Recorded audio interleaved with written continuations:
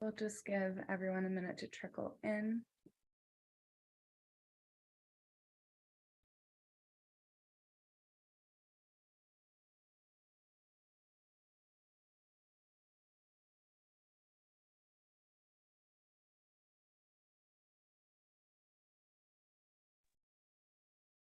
Okay, I think we can get started. Hello, everyone. My name is Audrey Bullis, and I'm the Senior Programs and Communications Associate at the Tahrir Institute for Middle East Policy, also known as TIMEP. It's my pleasure today to welcome you to our newest virtual panel, Beyond Recovery, Reimagining Lebanon's Economic Future. The value of Lebanon's currency has hit an all-time low on a regular basis for several years now, recently reaching the unprecedented rate of 100,000 Lebanese pounds to $1 in mid-March of this year. The economy's rapid deterioration since the onset of the financial crisis in 2019 has exposed long-term structural problems that have foreshadowed failure for decades, including steadily rising wealth inequality, pervasive exclusion and marginalization of vulnerable groups, and a troubling reliance on imports. It's now clearer than ever that Lebanon's economy does not simply need to be rehabilitated to where it was before, but must be thoroughly reimagined. So today, we're excited to host a panel discussion that will delve into the tools and policies that could drive meaningful, inclusive productivity, and so that Lebanon can move past and, importantly, learn from the systemic issues that led to the crisis we're seeing today. Before we begin, as always, I want to remind our audience of a few things. Today's conversation is being recorded and will be shared widely after the panel. You can follow along and live tweet with us using the hashtag TIMEP events. And we invite our audience to submit questions using Zoom's Q&A function at any time. So without any further ado, it's my pleasure to introduce today's moderator, Melanie Cremona. Melanie is a Lebanese public policy consultant, Oxford graduate in public policy, and Said Foundation scholar with more than 9 years of professional experience in the social sector and at the United Nations. Melanie, the floor is yours. Thank you very much, Audrey, for this introduction. Hello, everyone. It's a pleasure for me to be moderating this talk today and to be introducing our speakers. Today, we're here to discuss a topic that has been on the minds of many people in Lebanon and around the world. How can Lebanon move beyond the current economic crisis and reimagine its economic future?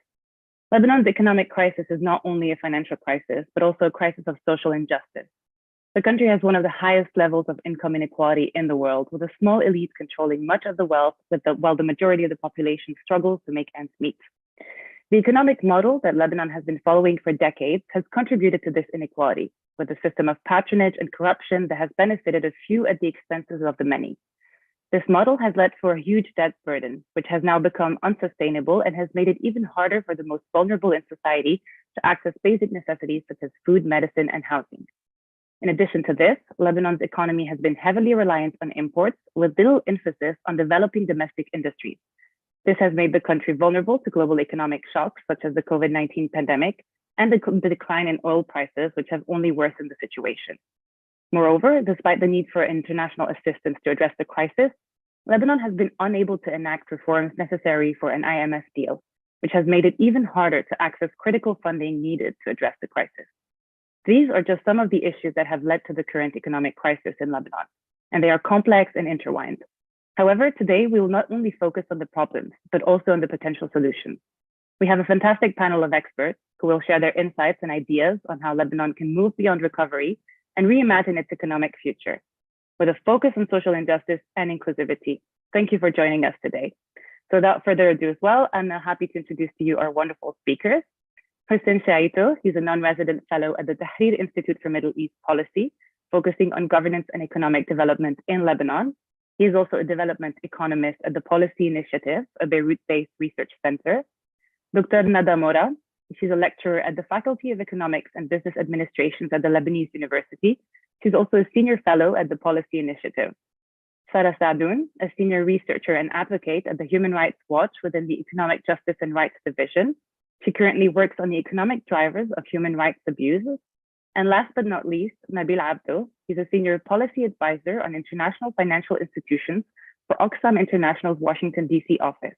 His work focuses on the IMF and inequality.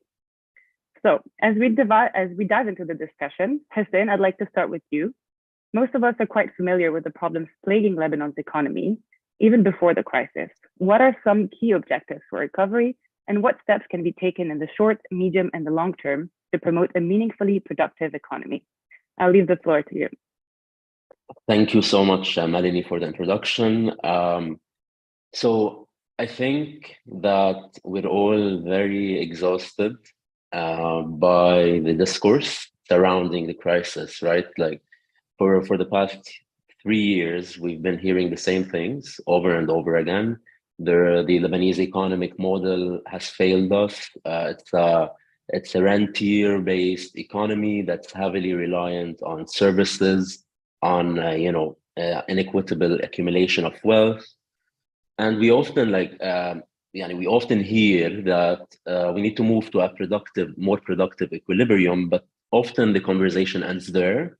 We don't really know how we can really reach this equilibrium. What are the steps needed, amidst all the gloom? So, and I think one of the main ways forward to achieve this recovery or to reach this state is to really rethinking, of the structural transformation of Lebanon. What does it really take?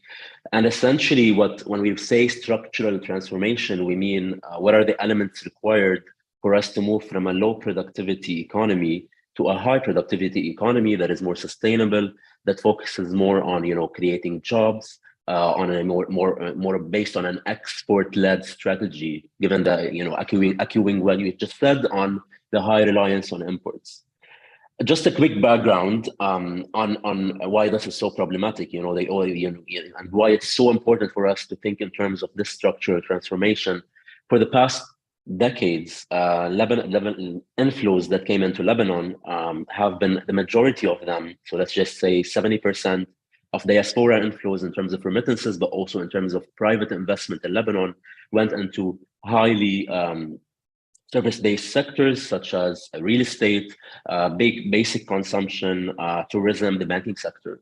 And essentially what this did was these sectors were inflated by wealth. A lot of these sectors, which are, controlled by the political and financial elite, and the majority of informal employees present in productive sectors such as the manufacturing or agriculture sectors, they were left with very low incomes, or they couldn't really find jobs there. So, for example, the agriculture sector had only 4% contribution to the national income between 2016 and 2018. Similar figures can be seen for the manufacturing sector. So clearly, these sectors have not been prioritized in Lebanon. And I think one of the main challenges, again going back, how do we really strengthen these sectors? Well, one of the main ways to see this or to read this is through, economic complexity. So Lebanon is one of the least complex countries in terms of, it has regressed a lot in terms of how complex our products are in terms of their technology, how much people are employed there, the innovation policies underpinning these sectors or the productions within these sectors. So obviously the priority is to really diversify these productions, strengthen these domestic industries. So this usually goes through, using the know-how that is available in Lebanon, which is really the human capital that is available, the technological literacy that is available in Lebanon locally. So for example, we could look at generally right now, Lebanon has a very, for example, some of the stuff we export are metals or stones, or recently we added, more technical production, but still these have had very little contribution to the economy. And I think the main ways and because not enough firms are breaking into these sectors using this know-how, because the environment is not enabling. So to kind of cut it short and to just put it simply, one of the main reforms that the state has to kind of push for is, for example, it's more on the fiscal policy side, which is really what sort of tax incentives can we provide for these firms to actually feel that they want to enter this market, to feel that they can actually break into these different products that have a higher complexity that can induce growth. So, and by this, I mean really just, for example, providing tax breaks or tax exemptions for new or old firms trying to enter these different sorts of productions, like chemical production, machinery, the agri-food industry, which are really one of the sectors that have a great export potential. And also, this could also include, for example, targeted corporate incentives that allow for, training labor that's entering or tapping into these sectors. So in a sense, we're also strengthening the human capital surrounding these potential sectors. And obviously, because we have, and these are things that we don't have to wait till the crisis is over, right? So these are things we can on the short term and the medium term, allow firms to operate and to just enter these markets, generate this revenue, employ these different sorts of labor segments, and eventually, on the long run, we can raise taxes again. But once we have this productive economy, restructured, and once we have a more clearer structure that is available, a higher state of comfortability to enter more complex production, which I mentioned earlier. So yeah, in summary, I think fiscal policy is one of the main ways for us to do so. Other ways to conclude is, for example, facilitating trade agreements with countries that share, economic priorities as Lebanon. We should also work on attracting foreign direct investment, because a lot of the foreign direct investment which is very minimal actually in Lebanon, went mostly to the very service-based industries, the financial sector, the tourism sector, very non-tradable sectors, right? So we actually have to encourage foreign direct investments. One way to do this is through free economic zones, where basically there are low taxation for firms who want to engage in this exporting activity, and obviously a tariff-free import. So this kind of is another way to engage firms and to ensure that they are actually entering the market. And just to conclude with one thing, obviously, moving towards a productive equilibrium and moving towards a more export-based economy is not really, we shouldn't see this in isolation. Meaning that obviously this does have negative externalities, which I will speak about later on. But obviously, it's a very important first step for us to really start building a roadmap alongside, obviously, more pressing reforms, which I think my colleague Dr. Nada Mora will speak about, such as banking sector reform, legislative reform. But yeah, across the board, I think this is one way. So obviously, there are different ways to move towards a productive economy. One way is through the economic complexity, school of thought. But that's my 2 cents on it. Thank you very much, Hussein. So that leads us to ask the next question to Nada. Nada, can you weigh on this as well? And what would a reimagined economy ideally look like for Lebanon? What are some of the steps that could be taken to achieve this, particularly in terms of debt restructuring and the banking sector? Thank you, Melanie, and thank you, Hussein, for that intro, setting up the discussion.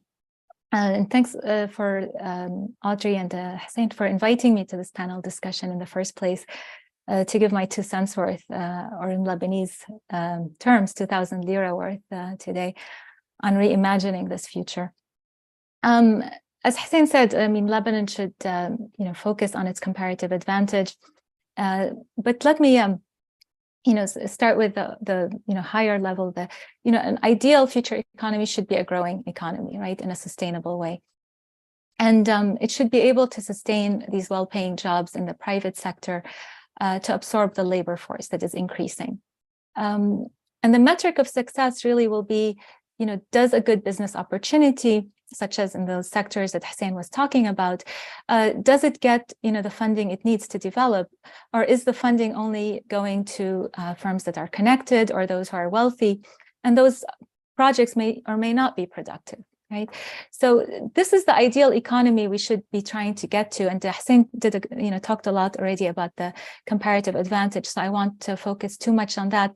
I would just add that the Lebanon's comparative advantage, as he said, the human capital side, and it's not just goods, but also services, right? So Lebanon can, try to focus also on, services related to information and technology, and tourism and all that, right? So Now, in terms of the banking and so on, so to support this successful economy, right, I've talked about the funding side, you need several pillars that are essential. First, you need a safe and sound banking system. Second, you need a safe and sound central bank. And third, you need a stabilized and sustainable fiscal policy.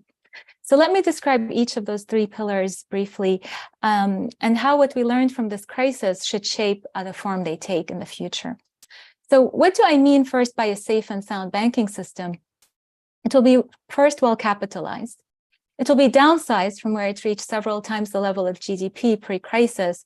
And this is a common predictor of crises, whether not just in Lebanon, but in other countries like Cyprus and Iceland, where we see there's an overexpansion of the banking sector, of credit, and so on. Now, even though it is downsized, the balance sheet should be reoriented towards creditworthy and diversified lending.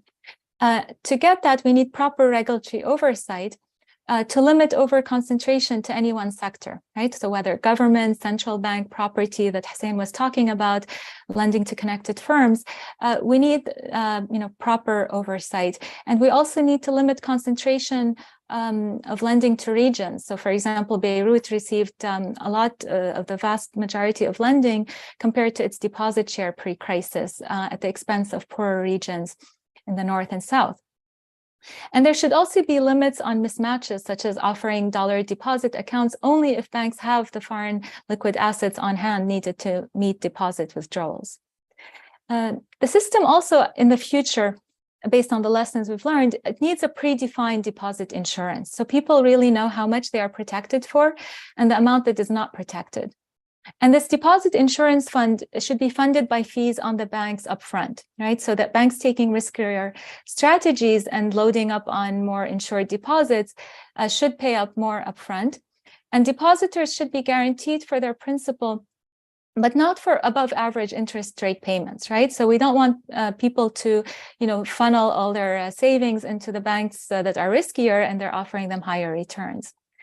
And if we work also towards more diversified financial markets, so not just the domestic banks, but foreign banks, non-bank financial markets, that should help meet the different financing needs of households, of different businesses, from the young entrepreneurs and startups to the more mature firms. The second pillar of this economy is a safe and sound central bank, right? So it will also have a downsized balance sheet that is growing by the day. But it should also be rebalanced to hold a large share of liquid foreign assets so it can respond to any future shock. This used to be the case historically, and we should return to that sort of balance sheet. And central banks should not be in the business of financing budget deficits, right? This is known as monetization of budget deficits. So that should help restore the safe and soundness of the banking, of the central bank and the banking system overall. The third pillar I see as stabilized fiscal policy. And for this, we need to set government debt on a sustainable path, especially to limit the burden on future generations. So this will involve tax reform and fiscal rules on government spending. And we should look not just at the total level of government spending, but the composition is also important. So there should be also a rebalancing towards more public investment in this necessary infrastructure, whether electricity or transport, that will drive down costs for all businesses and for all people, right? So this would help also entry and discovery in these new sectors that Hussein was talking about. And we really need also spending on safety nets for the poor. In terms of steps leading to this reimagined economy, so we need a unified debt restructuring along with bank recapitalization. I said this 3 years ago, and it's even more needed today. And this unified strategy, has to tackle the government debt problem, the bank's problem, and the balance sheet of the central bank, because they're really all closely interconnected. You cannot solve it partially one at a time.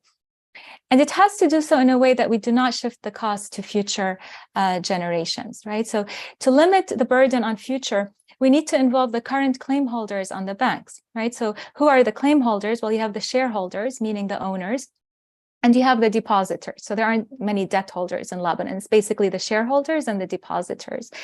And we need to balance two objectives, right? One objective is we want to maximize payouts to depositors in a fair manner.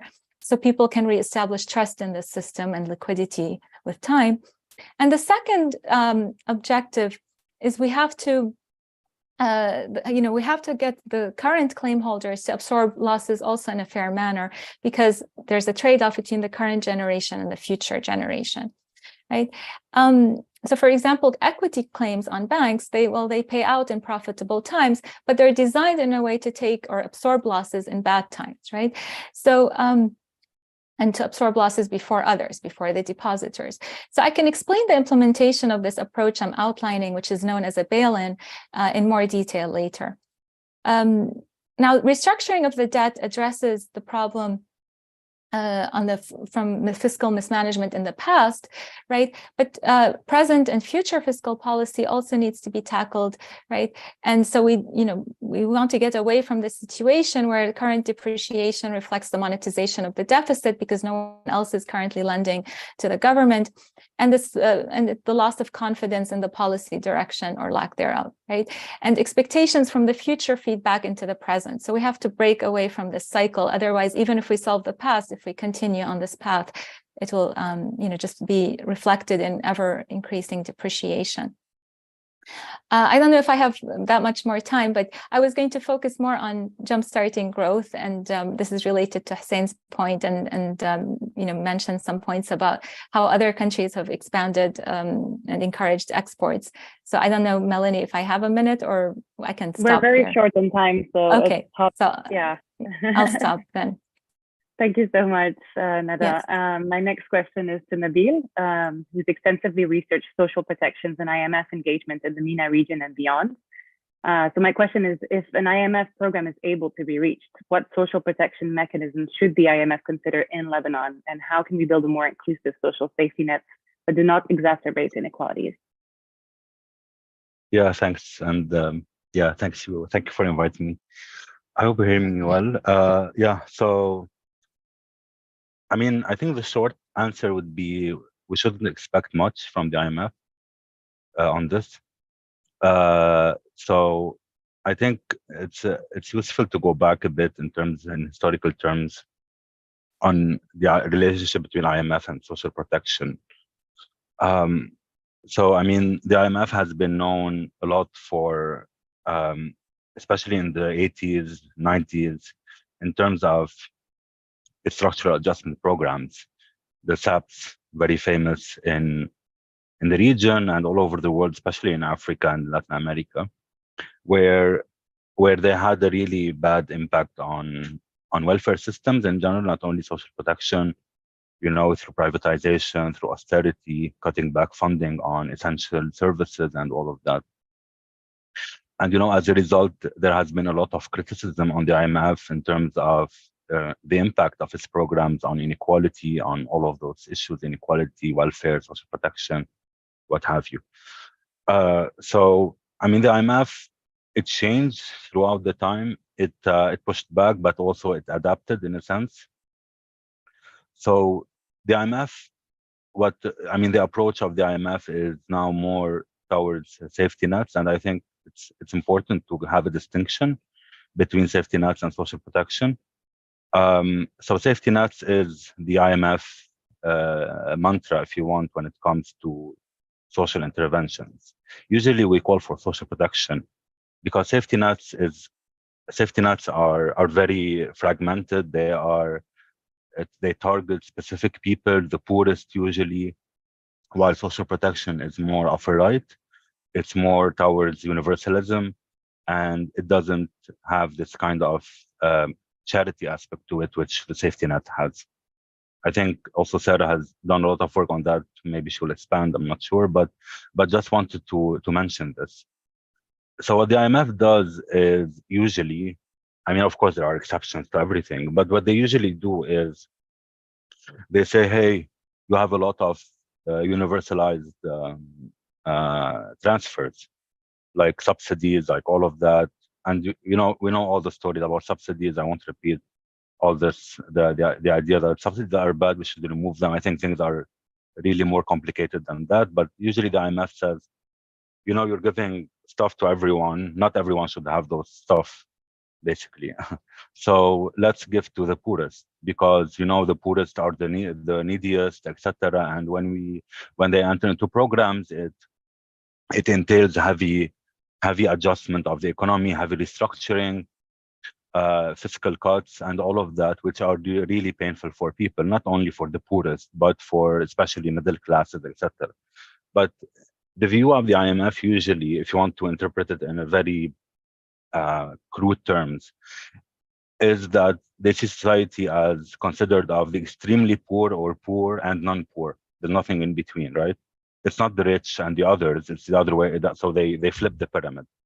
So in a sense, only the poor need protection, not the middle classes, not those between poor and middle class and all of that. And the logic basically is more oriented towards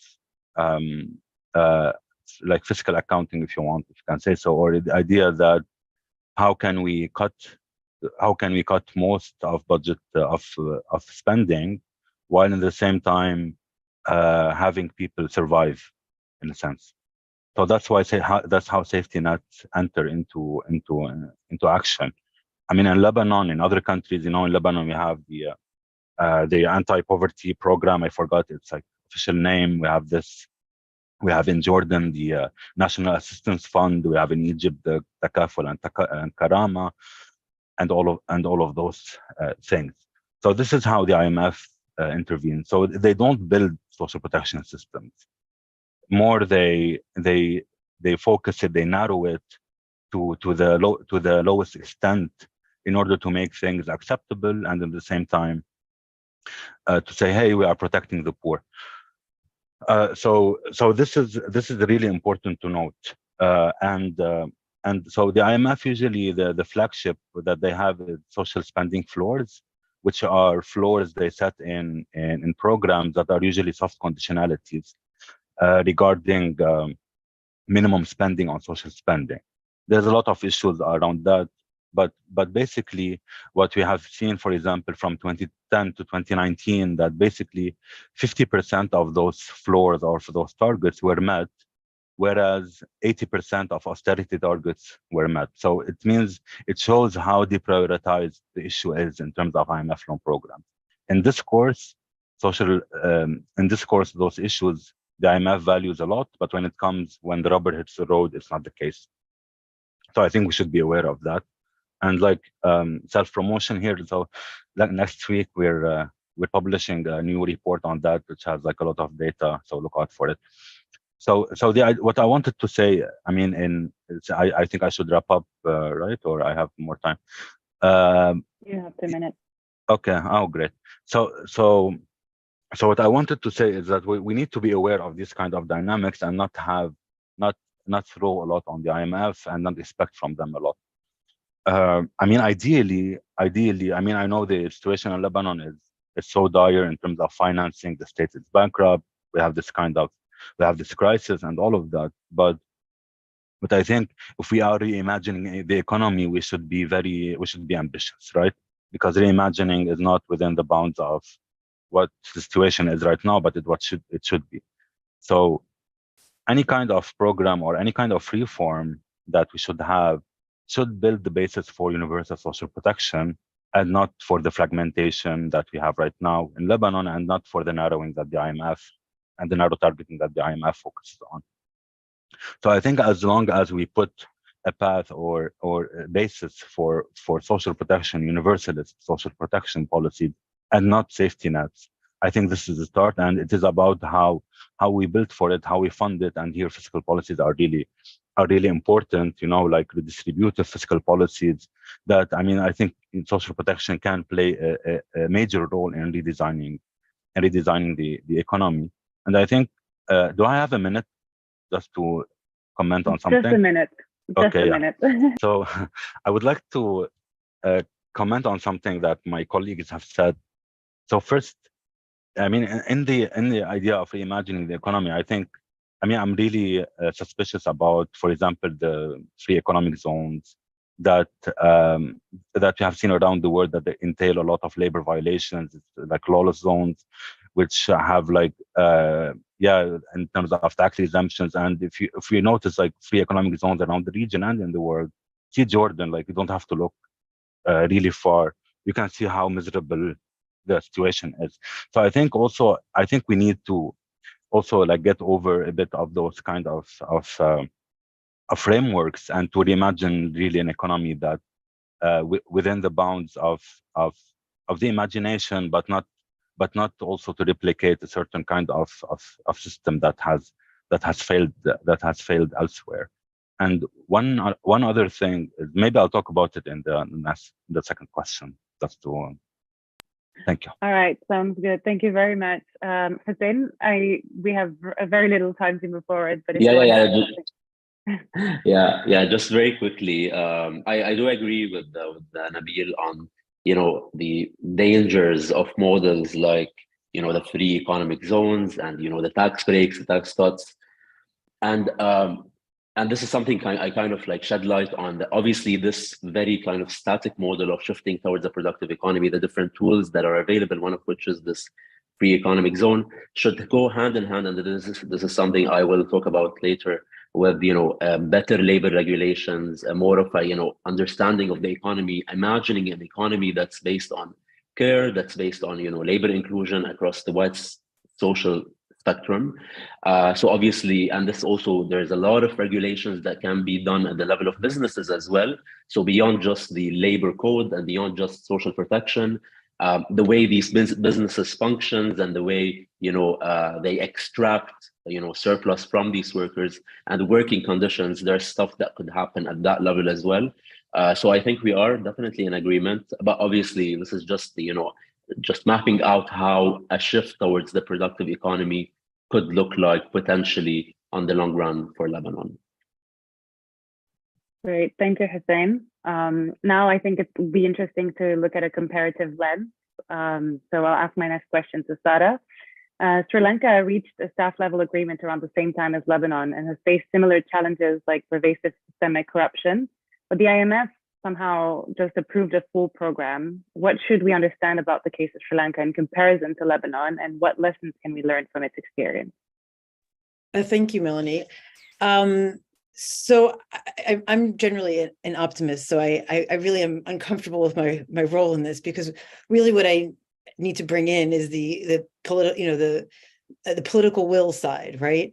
And I really appreciate the scene setting that Melanie did at the beginning of the panel about what the triggers of this crisis are, which is the elite basically turning Lebanon's economy into something like a rent sinking economy for their own benefit.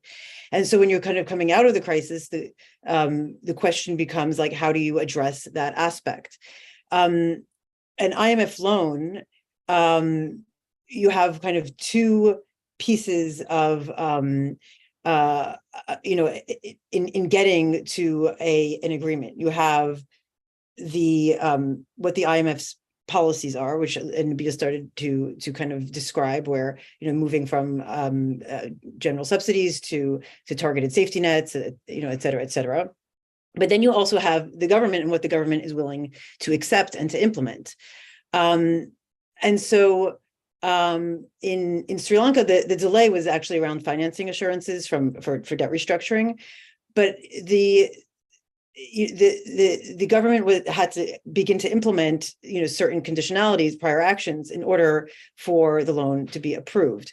Now, so in that space, where you put how much the elite is willing to concede in order to get the IMF loan, is something that is negotiated through the lending process. And very often, both the IMF and the government are sort of in agreement.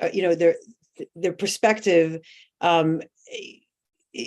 approaches the policies that they're pursuing is essentially putting the cost of the crisis on the lower and middle classes, and the elite leaves relatively unscathed. That said, there are certain things that they do need to do. And the question is, is the government willing to do it? In Sri Lanka, there were huge protests that culminated in the President Rajapaksa, like literally being forced to flee the country. And so you did have a certain amount of pressure on the elite to make some of those concessions, right? I mean, again, I'm happy to go into the details of the loan, which put a huge part of the burden on the lower middle classes in order to, in the way in which the economy is being restructured. That said, there is still some, some things, like there will be for the first time a property inheritance and gift tax. Now that is only for 2025, whereas value-added taxes were doubled immediately prior to the approval of the loan. So it's not a fair distribution of the cost of the crisis, but there is some level of concession. I think the problem in Lebanon is that the level of impunity and, frankly, callousness of the elite is an astonishing level. It goes beyond, even in contexts where the elite had been kind of using the shaping the economy for its own benefit. And then when there's a crisis that's throwing large part of the population into absolute crisis, there's this moment where the public is able to put some level of pressure on the people ruling, governing the country, that creates some kind of panic to give some of these concessions that would enable, an IMF loan. But in Lebanon, we haven't seen that. And that is something that's, in terms of kind of reimagining Lebanon's economic future, the essential question for me is not so much which specific policies are better, but actually, how do you get the elite to actually feel the pressure to do these things that will no longer allow it to be a rent sink, to basically profit off the crisis. That's my. I'm happy to. Thank you very much, Sarah. Yeah, it's okay. Yeah, I mean, it's very, very fair points, and I think that will tie maybe into the second part of the questions that we have. I would, as Audrey said, I really encourage everyone to submit their questions into the Q&A chat. And I invite as well some of the speakers to start having a look at them and see whether they feel comfortable specifically replying to one of them in the Q&A section later on. But now I'll move to the second part of the talk. Nada, you have spoken about the banking sector and the financial structure. As we think about what needs to happen for Lebanon's economy to recover and undergo much needed transformation, what do you think should happen to the banking sector specifically, and how maybe can we work towards, how can it work towards earning people's trust? Because that's mainly a big question of concern, I think. Yes, the elusive trust to regain. Well, it's so let me go more into detail than I went in the first part. So if we go back 3 years, what's changed, right? So back then, we had two problems. We had a liquidity problem and we had a solvency problem. Right now, we no longer have the immediate liquidity problem, not because we solved it, but because liquidity evaporated and depositors have lost confidence and trust. And the financial system basically ended up freezing. Right? So remittances and private capital inflows now largely sidestep the banking sector and go directly to people's homes and cash under the mattresses, and they use that for spending. Right? So at this point, liquidity will only come back slowly with the resolution of the banking sector and rebuilding trust. So this leaves us with the debt and insolvency problem. One problem, although we're at a suboptimal path, right? And that's still awaiting resolution. And by resolution, what I mean is the orderly restructuring and or liquidation of insolvent banks. So resolution of one failed bank, like recently in the US, the Silicon Valley Bank, is much easier than when many banks fail together, right? So in this case, banks behave as part of a herd and it becomes a systemic failure.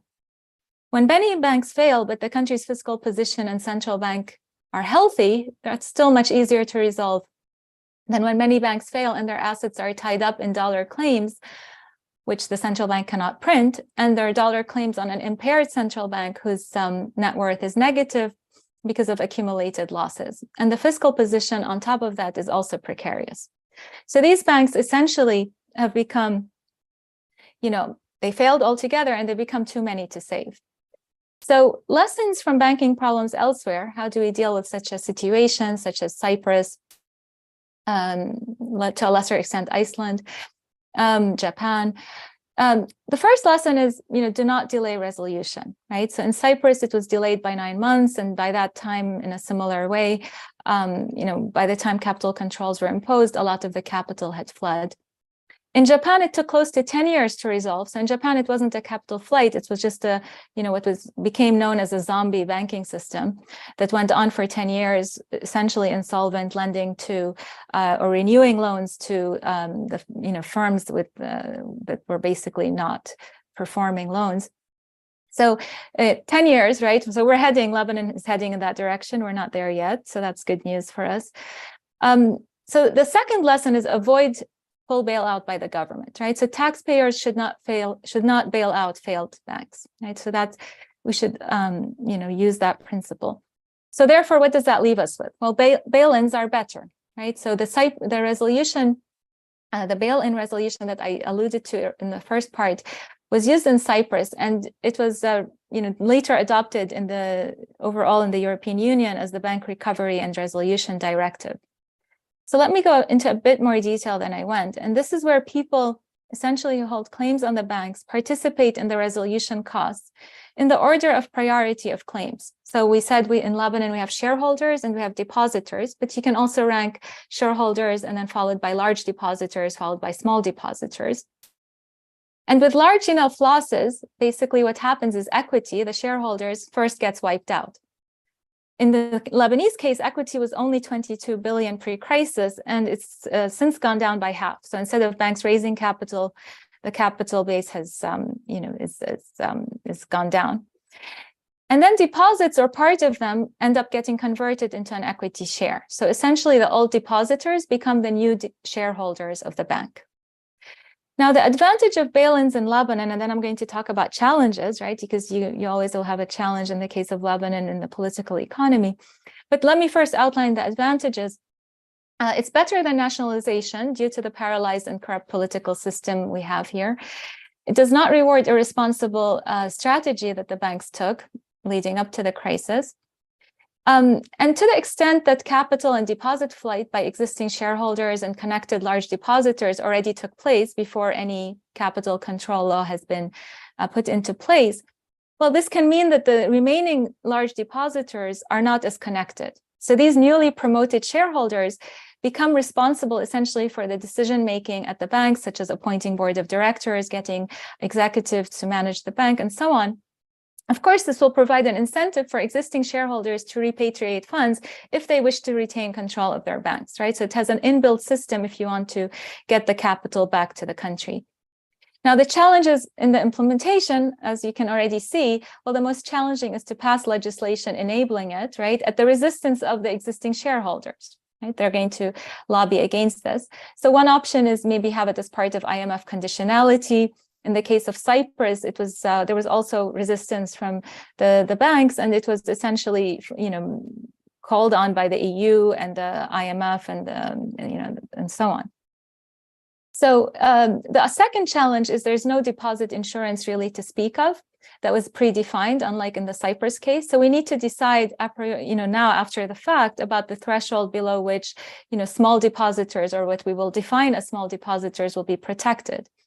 In the Lebanese case, the advantage is it was very concentrated. So 50% apparently of pre-crisis deposits were in very large accounts greater than $1 million. So it shouldn't be too difficult to reach a cutoff on what meets a small deposit, and they're fully protected.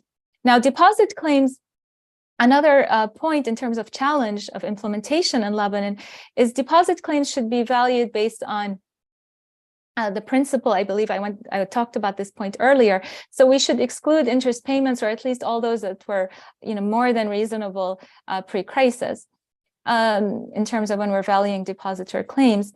And then there's also the issue of depositors who were liquidity constrained the last couple of years in the crisis, and they withdrew their frozen accounts, right, at a discount.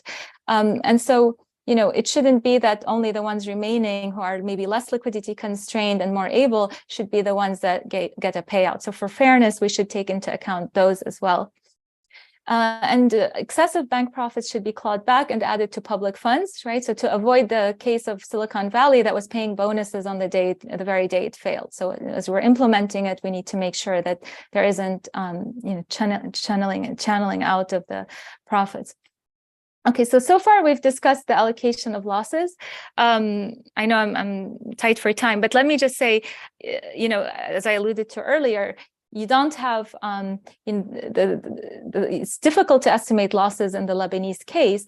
And this is why you need that unified restructuring I was talking about, right? So this isn't like Silicon Valley that failed and it has a market value for a bond that it held or property, or in the Japanese banks, loans to the private sector, right? So in the Lebanese case, you've got 60% of bank assets at least tied up as claims on the central bank in an amount of 100 billion, and they don't really have a market value.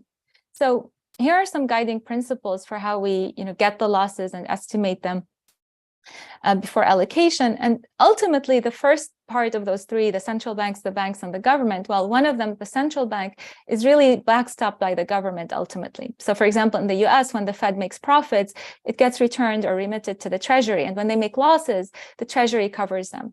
So this means whatever central bank impairment in Lebanon is really a government problem. And so the estimation of losses becomes an exercise in how to divide these losses between the banks, right, and the government in a fair manner. And when we're talking about that division, this is where I alluded to earlier, right? There's a trade-off between future generations and the current generation. The current generation is the current depositors, and future generations is those people that the future governments will have tax authority over. So this means that the more the government compensates the current generation, the greater the burden will be on the future generations, right? So whether they sell assets, public assets, that will leave less public assets for future generations, or if there is, the government might have to take on more debt and have to imply higher taxes in the future, and so on. And we do care about the future, and so we should not put all the burden on them. So there needs to be a division where the current banks, the shareholders, and the large depositors take a share of the losses. And the final point I was going to say, if public funds are used, it's better as recapitalizations where the government gets a stake in the banks. And so future generations can get the dividends and gains from the eventual sale of the stake that the government has. And the government then can also have a say in the management of the banks and the lending policy and so on. So thank you. Thank you very much, Nada. My next question is to Hussein. So what are some of the challenges as well, in your opinion, and pitfalls you see in the current discourse about what the country needs, and what steps will we have to take to move beyond just productivity? Yeah, absolutely. Thanks, Melanie. So I was mentioning earlier that obviously there are certain policies, speaking about the approach of economic complexity and how can we really tap into new markets or increase our production possibilities. But obviously this comes with a lot of pitfalls as a model as well. So often, for example, I'm just gonna take the agriculture sector as an example. Often a lot of the workers under this sector are very vulnerable people. So we have a lot of Syrian refugees, particularly women, and the sector that are underpaid, they're overworked, and there is obviously no sort of protection that they receive. So they don't have social protection, they don't have old age benefits, they don't have social insurance. So obviously, if we move towards a sector, a more productive, strengthening this agricultural sector, this does not necessarily mean that these people will be protected under this new frontier, right? So this is obviously one of the major pitfalls, I think, when we're thinking of the exclusionary aspect of productivity. Also, I can add here that in general, a lot of the productive sectors like the manufacturing sector and the agriculture sector are very hyper masculinized sectors, meaning that often women, because of the barriers that these sectors exhibit, often women would not enter these sectors, and if they do, there is a massive pay gap, meaning that their livelihood will be threatened, their ability to maintain a basic level of livelihood especially in women, for example, women-headed households, is just becomes out of question. But also, I think we could think of pitfalls in terms of the businesses themselves. So a lot of the businesses, particularly in the manufacturing sector, are politically connected, meaning that, and this is really, it speaks to the broader intersection between the private sector and the political class in Lebanon. So again, this narrative of political elites and financial elites, the oligarchy in Lebanon, and basically because of unfair bidding processes, because of very corrupt procurement practices, a lot of the firms that are present in the market, whether we're talking about the manufacturing sector or the agriculture sector, the market is practically concentrated with these firms. So essentially, we have no guarantee that small emerging private companies who are willing to employ young people who have a particular level of education, again, talking here about the know-how approach I was referring to in my earlier intervention, we won't see this come to fruition in full, which essentially means that we might end up in a situation where, are we really approaching this productivity narrative or productivity model using a growth-inducing tools, or is it really just about accumulating a new wealth? We're accumulating new wealth at the expense of the same population that has been, bearing the brunt of the crisis, and obviously, this is driven by very basic factors such as the fact that Lebanon does not have a competition law to regulate, the cartel-like sector. So you would have cartels that are monopolizing, the import market. So a lot of firms that depend highly on imports for their production will not be able even to enter this market, or will struggle to make profits. So again, the profits will be reconcentrated amongst the few. Obviously, and speaking to the issue of procurement, Lebanon has had a history of illicit sort of illegal procurement practices. For example, I can give an example with in the waste collection or recycling space. So, for example, we see a lot of municipalities and local authorities, but also through the central government, there is kind of a set of firms or companies that are considered favorable, who would kind of allow for a splitting of profits that come through the sector between the government and the chosen firms, the politically connected firms. And a lot of these firms have amongst the highest number of informal workers, that also many are refugees, etc. So essentially, having such a sector where we have such sort of oligopoly or monopoly still present in a productivity context, given the lack of necessary regulatory laws, will not necessarily push firms to increase wages or push for protections or have a fair share of distribution of the wealth that is being generated in these sectors. So obviously we need the laws I was mentioning earlier. And I think maybe one last thing is often when we're thinking of the productive economy, and we think of it through a very centralized lens. So I personally have worked on local economic development, on regional development, quite a lot. And obviously different regions in Lebanon have different environmental, economic endowments that are present that differentiate these regions from one another. So there's a lot, I've witnessed this on the field. So there is potential for building business incubators, local incubators, or for example, training for recent graduates. There is this kind of planning mentality at the local level, the innovative mentality that is at the local level, but there is a massive disconnect between the centralized policymaking and what happens locally and subnationally. So often when we're planning for increasing productive capacity, we're thinking of this from a very corporatist, very elite level, sort of economic thinking, rather than actually looking at it from a regional perspective. And I think this would, it would end up, we would end up in a situation of inevitable failure of this model. So just to conclude, I think we need to have a kind of a bottom-up approach when we're thinking of building a productive economy. We should also think of this from a social policy point of view. We can't just diversify our production, move towards an expert-led production possibility, scenario or world, without really understanding that eventually the wealth that is being accumulated, the revenue that is being accumulated, it has to have a point, it has to have a meaning. And if the meaning is only to inflate the wealth and to enlarge industries at the expense of,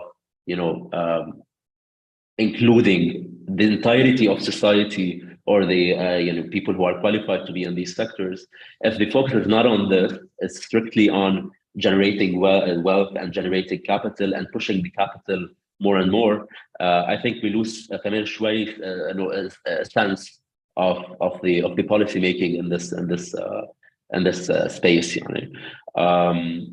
And I think that's it. That's it. Yeah, then we'll have Sarah weigh in on this a little bit as well. Thank you, Hussein. So Sarah, what are the economic rights to consider, and how do we safeguard them in a situation where Lebanon is working towards recovery? Yeah, thank you. I mean, the economic and social rights at stake are, the entire gamut of them, right? I mean, the crisis, according to the World Bank, 2/3 of people in Lebanon are considered poor. But what does that word even mean in any context, really, right? Where the poverty lines are set ridiculously low. But when you're actually looking at it from a human rights framework, which is to say, are people able to lead dignified lives? Or do they have access to adequate food? And do they have access to housing, to clean water, to et cetera, and to electricity, really, which is a central concern in Lebanon. Obviously, all of those are at risk. I wanted to speak specifically about electricity because it's something that Human Rights Watch just published a major report on. I don't know if we can send links to the general audience, but I just put it in the chat here. But the electricity sector in Lebanon is a really good example of all the things that have been that we've been discussing until now, where on the one hand it is completely captured and corrupt and part of a major contributor to the crisis. Over $40 billion of Lebanon's debt comes from transfers to EDL, which I believe is something around 40%. I'm not a Lebanon expert at all, but I believe it's something around 40% of the debt.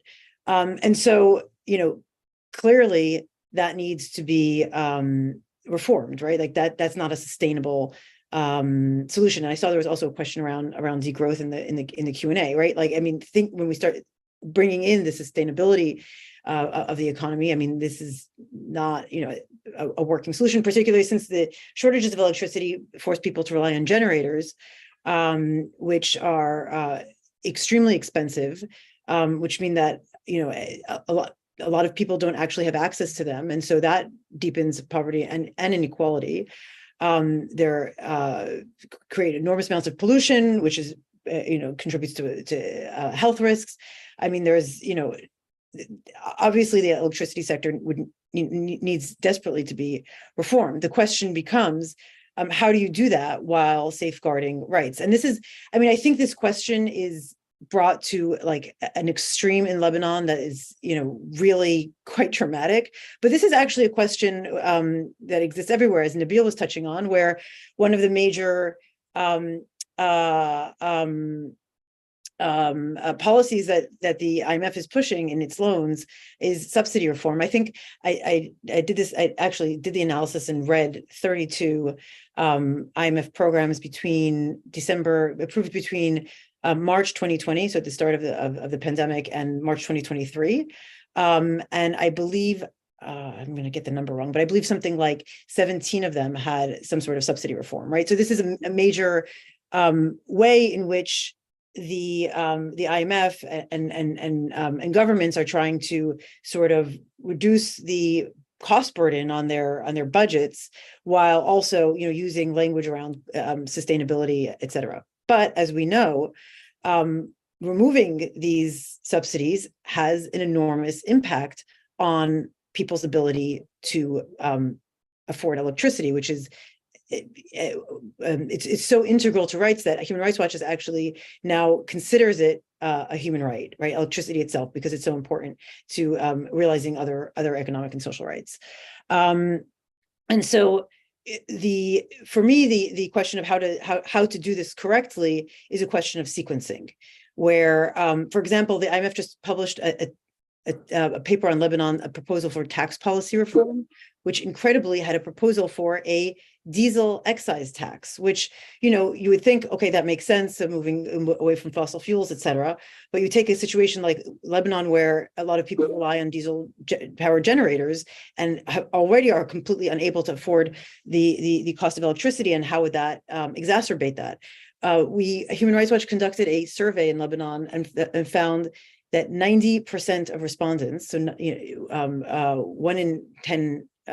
in 10 people or families, said that they were the cost of electricity was preventing them from being able to access other essential rights, right? Like, so because of the cost of electricity, they were cutting down on being able to afford enough food, or being able to pay rent, or cost of education or healthcare.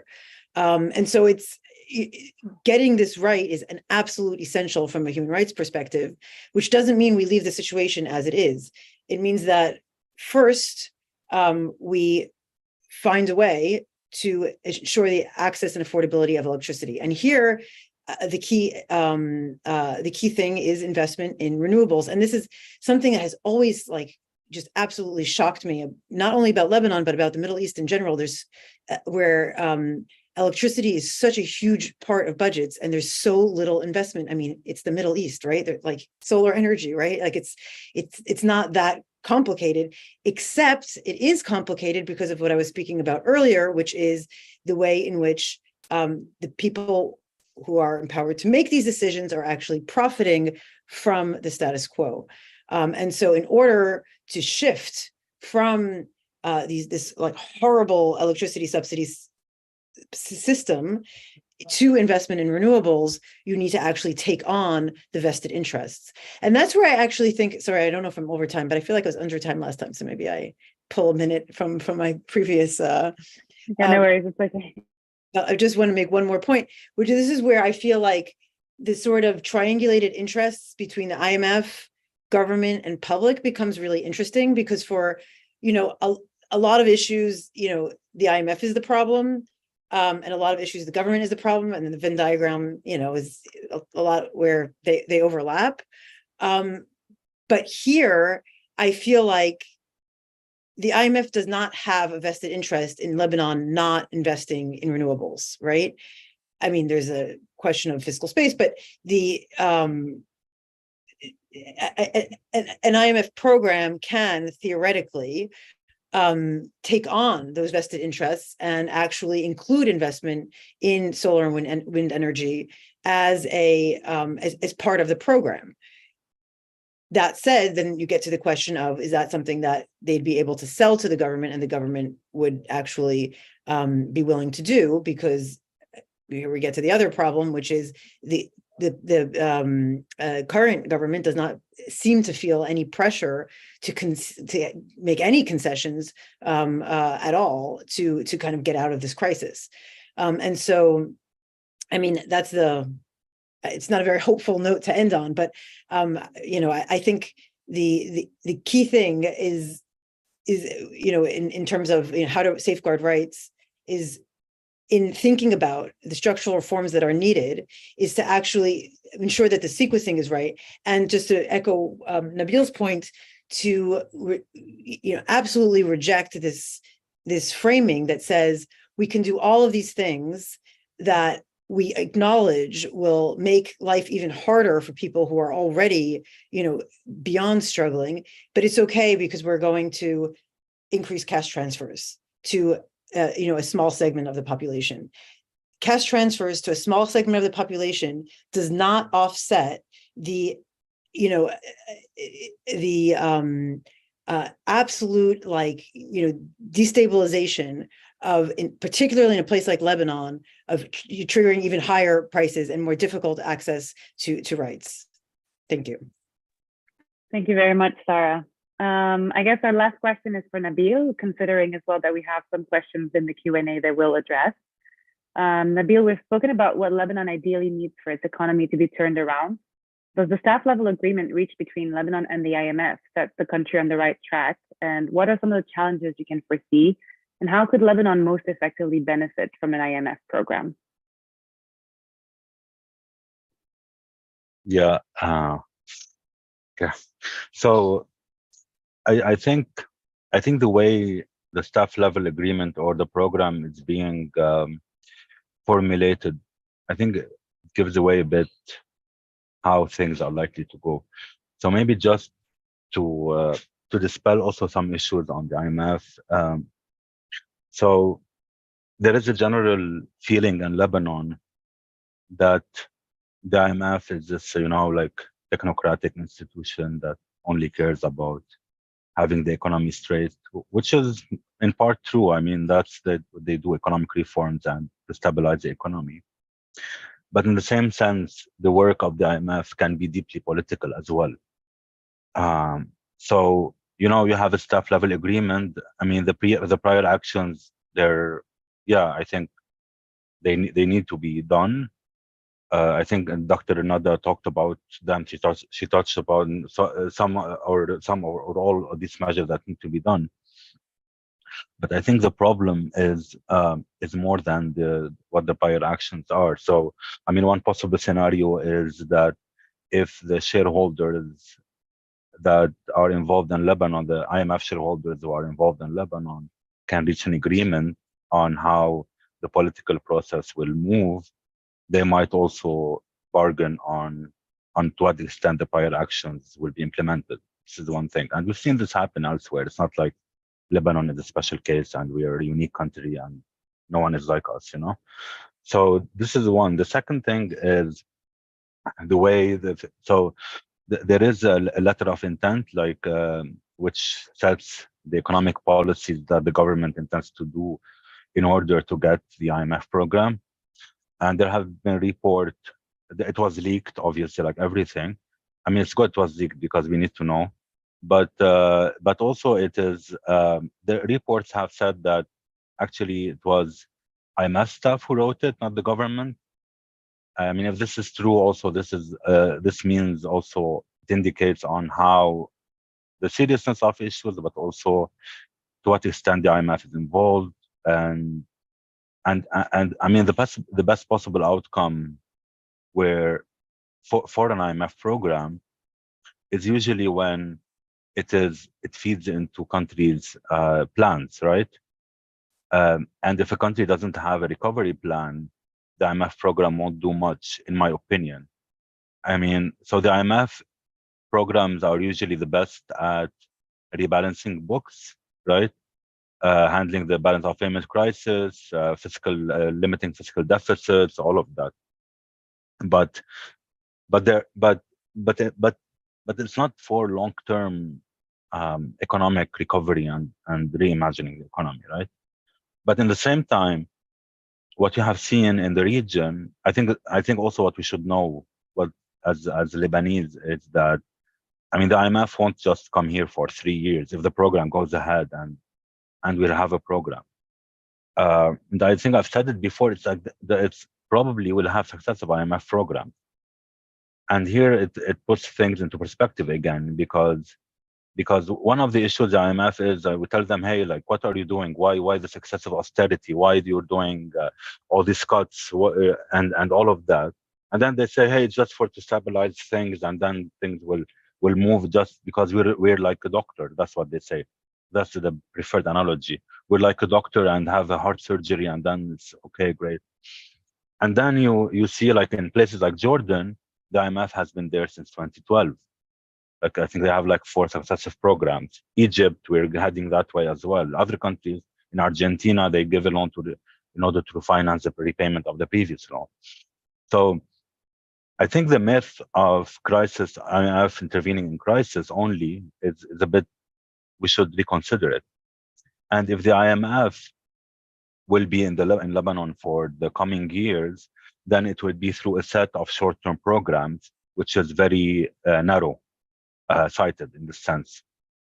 So what I'm trying to say is in order for an IMF program to work, or any kind of program, is that we need to have this kind of recovery plan that is really clear, and we need to account the power dynamics, the political economy, and all of that.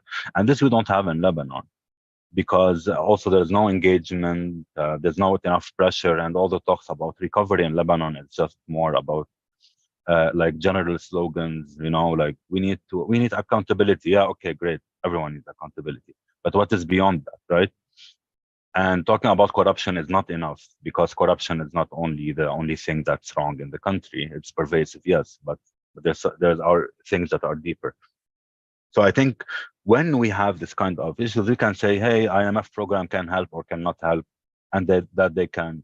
And now the importance of the IMF program is unlocking financing, because Lebanon is locked from international markets. We cannot finance the economy. So we need the IMF in order to have more financing, and likely bilateral financing, because with the default, we won't have any kind of private financing, which can be good also. So I think we need to view the issue from this perspective. Maybe I didn't give like a straight answer, but I think this is how we should frame the issue. And the IMF is not the savior or anything. And like I said, you know, if you see the IMF interventions in many countries, you can see that they can be really a political actor. And so the question would be, what would, maybe I can bridge to the civil society question. I didn't. I mean, the transition just came right now, so I didn't plan. Yeah, that's perfect. I mean, yeah, if you want to start to elaborate slowly, I'm happy. Yeah. Yeah. I think it fits. I think it fits. The idea is, I think, yeah. So the idea how we can move on that. So, and in Lebanon, how we can impact, you know, the any kind of plan, or impact also IMF negotiations and all of that. And we at Oxfam, we have done a study on that, assessing, for example, IMF engagement in civil society, which has been really disappointing, because there's no real consultation, in a sense that the programs are set in discussions between government and the IMF.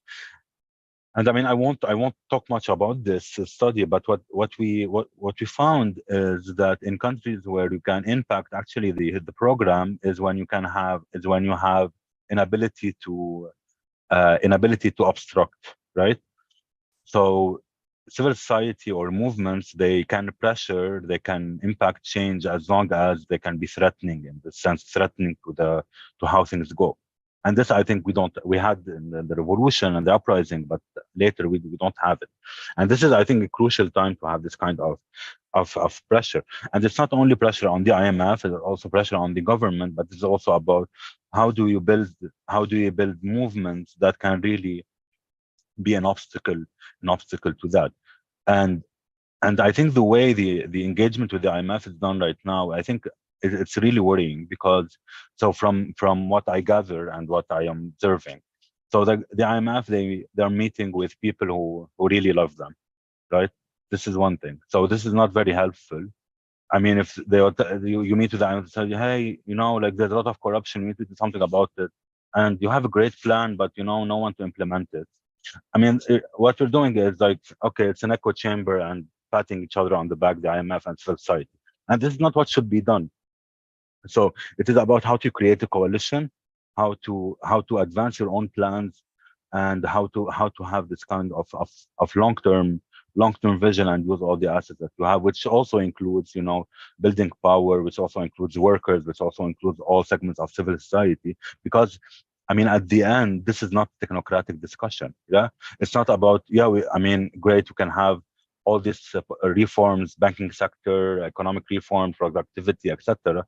But at the core of it, it's not a technocratic issue, you know. And so and I think this is what we need to push for more, and what we need to act more as people who are not part neither of IMF nor the government, or not close to business or think tanks in this sense. So yeah, this is my 200 liras or 2000. I forgot. Thank you very much, Nabil.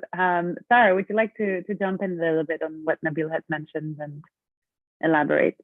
Sure. I mean, I feel like I can only, keep beating the same drum, but maybe it bears repeating. I mean, I think civil society plays, a really important role. And since I feel like I've been a little hard on Lebanon, I will say that, that's one of the strengths of Lebanon is that there's a really strong civil society.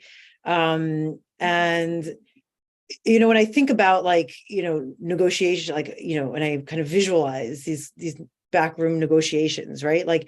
The only interests that are not in the room are the public's interests, right? You have the IMF with their very specific ways of thinking about these issues and their own vested interest. I mean, the IMF has shareholders, who are largely from a certain part of the world, right? That's not a negligible part of how it approaches these issues. And then you have the government, government officials, Minister of Finance, who has, their vested interests, right? And so the interests that are missing from the discussion is those of the public, even though all of it's supposed to be about the public. But we know that's, there are a lot of ways to, ways to raise taxes. Some will fall on the people who can afford it most, and some will fall in the middle and lower classes. And which way is the IMF going to choose? Which way is the government going to choose? And this is where I think civil society can play a really important role in affecting that balance and putting that pressure both on the IMF and on the government to make sure that it is not the huge segment of the population that is most affected by this crisis, but actually, the people who caused it, who are, who will pay the price for it, and in order to enable the kinds of policies that some of which have come up here, to reimagine a more sustainable, inclusive, human rights aligned, I would say, economy. Yeah, that's great. Yeah, thank you very much. Great. Okay, well, we do have 10 minutes left. I think we touched a little bit about the degrowth economy with Sarah previously. So I'm thinking if we take the question on the challenge of immigration, and perhaps Nada and Hussein can help. So the question was, with the strong immigration of the new youth and the new generations, how will we address this challenge, and how will that affect as well, I guess, the country and the long term and its ability to recover?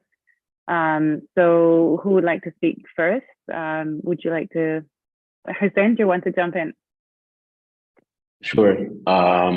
So I think one of the main dangers of the immigration continuum is that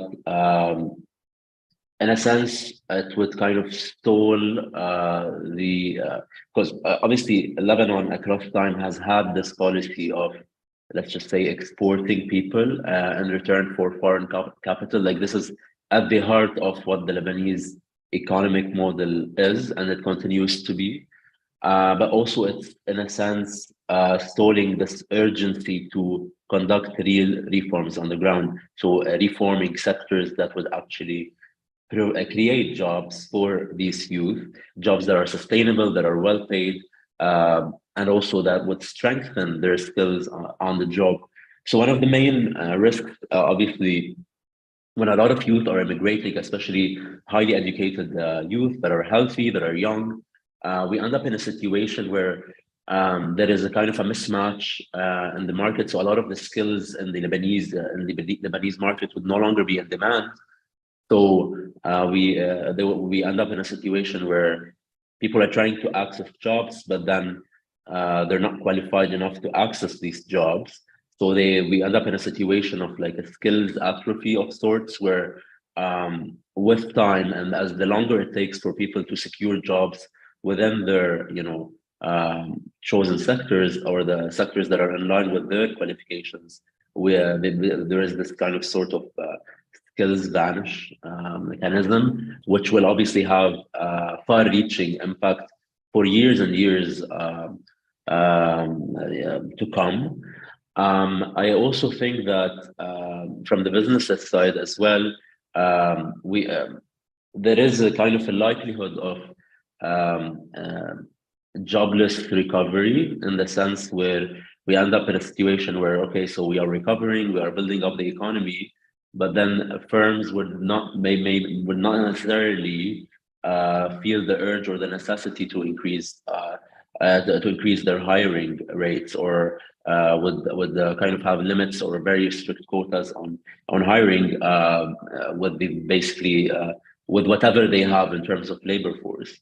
So this immigration continuum is basically relieving a lot of the pressure, although it's not really a pressure, but from the labor market. And I think in general, the risk of immigration is also a largely political one, because essentially the political class kind of can continue to believe, and business as usual, that this policy of pushing people out of the economy is working. It's kind of, in a way, financing the very basic consumption for people to meet their basic livelihood without any sort of real investment in the real economy through this human capital that's really immigrating. So it's basically, just to conclude, I think it moves Lebanon into a much worse economic model that's much more aggressive in terms of inequality, in terms of access to jobs, in terms of just the labor market integration more generally. That's it. Yeah, so it's bad in summary. Thank you, Hussein. Nada, would you like to elaborate a bit on that as well? Sure. Thank you, Melanie, and thank you, Hussein. You set it up well. And so Hussein focused on the negatives, the human capital loss, which I fully agree with. But the risk would be to impose a policy of limiting people from emigrating, which would also. So the idea is to try to be more, incentivize, right? People to stay and think more, think more broadly how we can best use that people have emigrated. So in the old days, 100 years ago, people would leave and never come back. Or if they, would, it would be, sending some money with relatives. More recently, they've been channeling funds to the banking sector, and we also where that ended up, right? So we need to think, okay, in terms of those who've already left, can we use them in a better way, right? So in terms of developing the export sector that I didn't get a chance much to talk about, but research has shown that countries grow after financial crises. A big way isn't just, exporting more apples to the same market. They're actually exporting into new markets, and they're exporting new products. So we can try to think of, okay, can we use these Lebanese outside, the immigrants, in a way to, build ties, build connections with the, local labor force, local businesses. They need funding. We can have direct funding, right? We should move away from this bank model. Can we try to get the local municipalities, for example, to issue bonds to help development, and then that can be marketed to these immigrants. And it can also, they can come back and give us, share their know-how in terms of if there's a new product that the locals have not yet taken advantage of, can that be, leveraged from these outside? So I think we need to think positively about that. And the idea is, with time, we would then have created a setup where we don't need to block people at the airport from leaving, but already we would have such a growing economy that is using, the resources in the best way, that people would be, in fact, coming back. And we see that in India currently. A lot of Indians emigrated, and increasingly they're coming back to India and helping set up, new businesses in the information technology sector and so on. So, I fully agree the short-term effect is negative, but we need to think more creatively. Can we use them instead of just them sending, in the old days, remittances and capital inflows to their family, immediate family, which wouldn't necessarily get to the rest of the country. And more recently, they're either just helping, people survive. So we need to think more, creatively about it, and to benefit the whole economy. Thank you. Great. Thank you very much.